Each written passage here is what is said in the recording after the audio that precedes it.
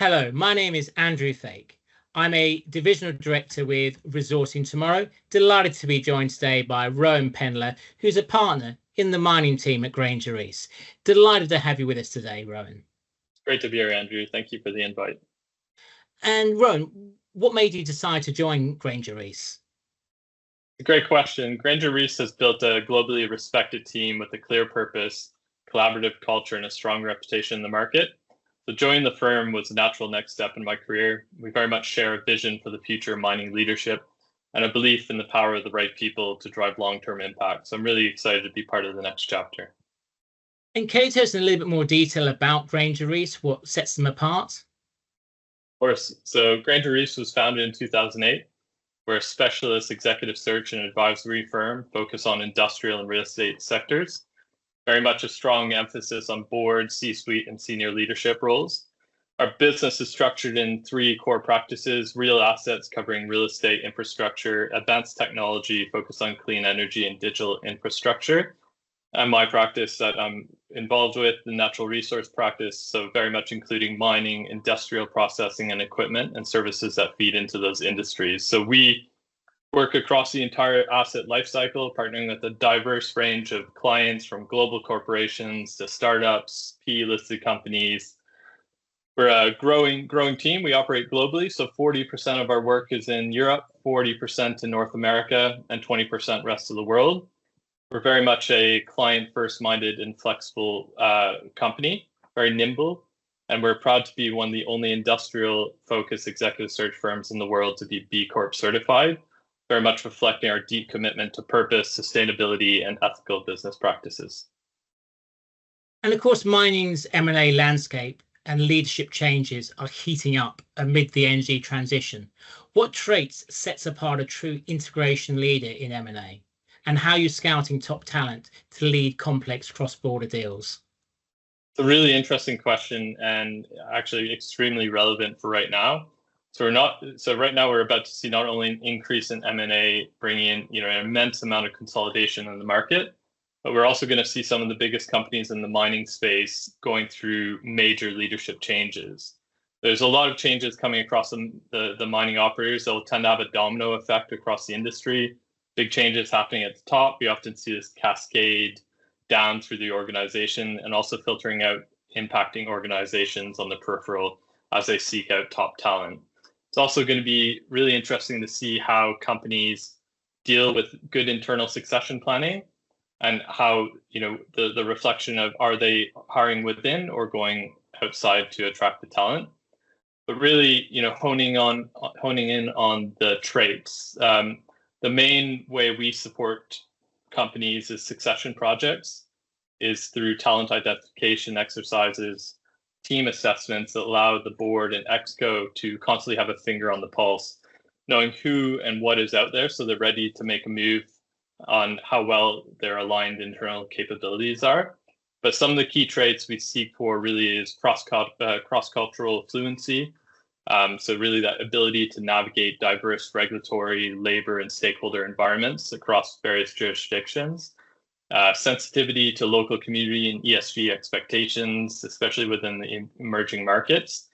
Operational depth, so deep understanding of the mining value chain from exploration to operating and how the integration impacts each stage.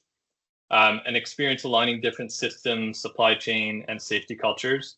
The third one is strategic vision, so ability to align integration with long-term energy transition goals, so the decarbonization, electrification, and a strong grasp on how M&A supports portfolio optimization. And then change leadership. With all these M&A changes, brings a lot of change leadership within. So a proven track record of leading through uncertainty, aligning diverse teams around shared vision.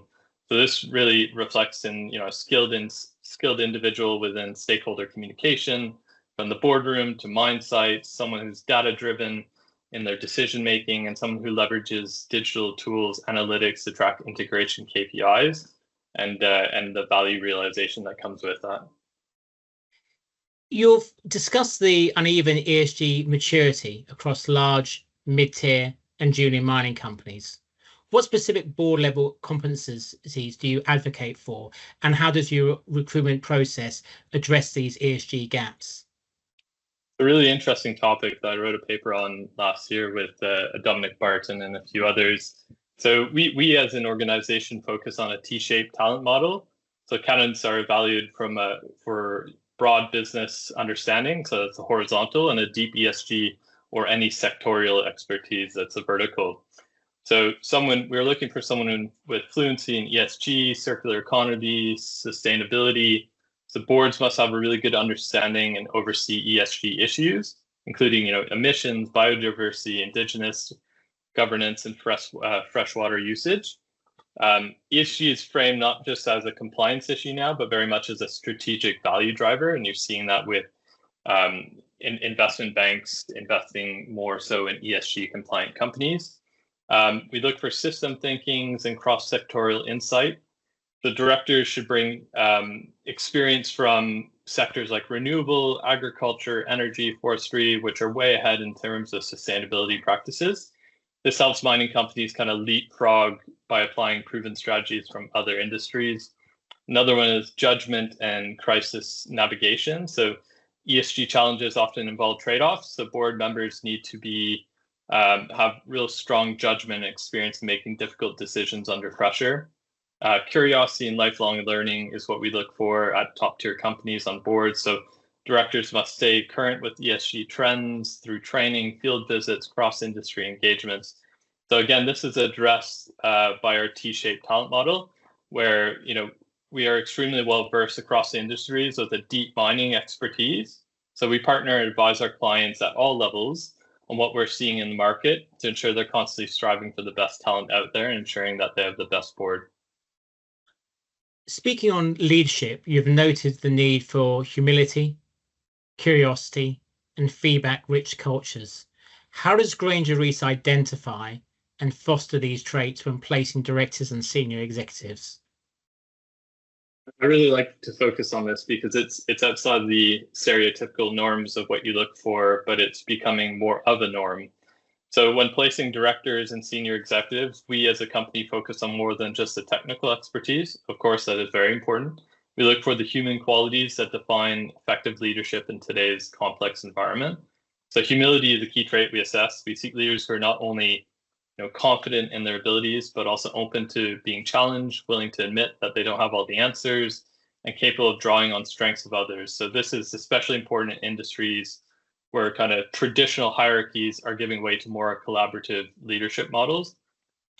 Curiosity being one, it's another essential quality. We look for individuals who are naturally inquisitive, those who ask thoughtful questions, explore new perspectives, are eager to learn from experience outside their immediate domain.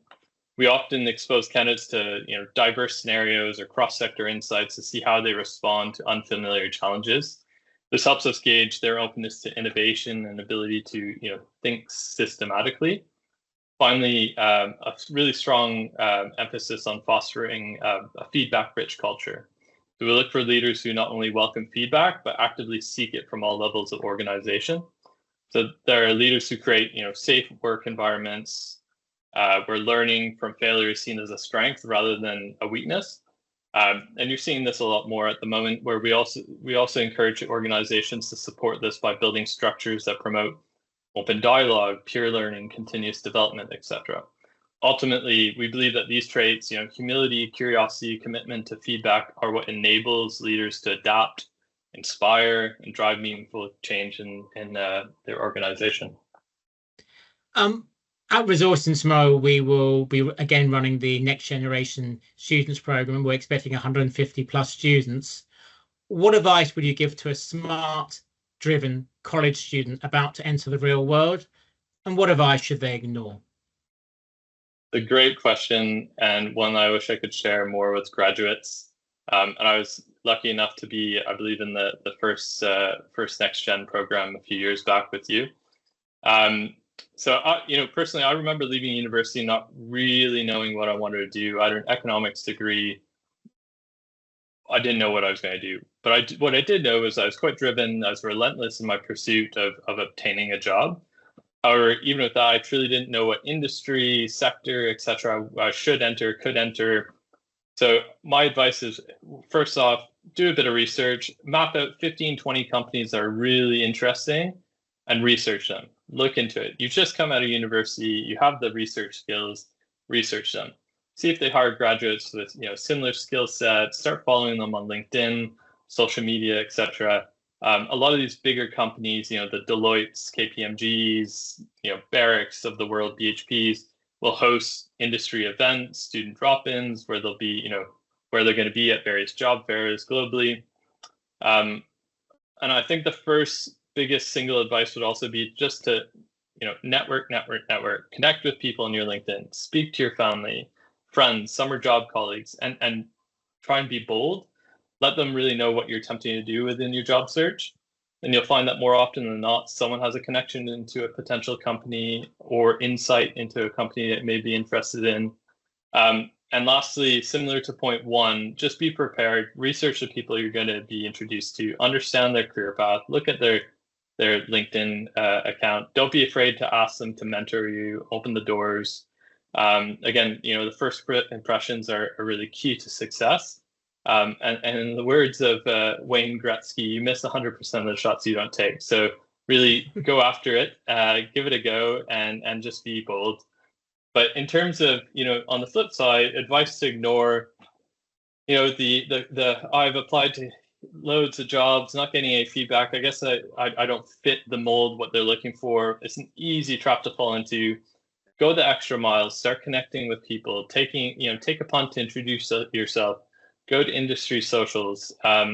It can be scary, and I remember coming out of university being terrified to go into these industry events. But people will take you under their wing.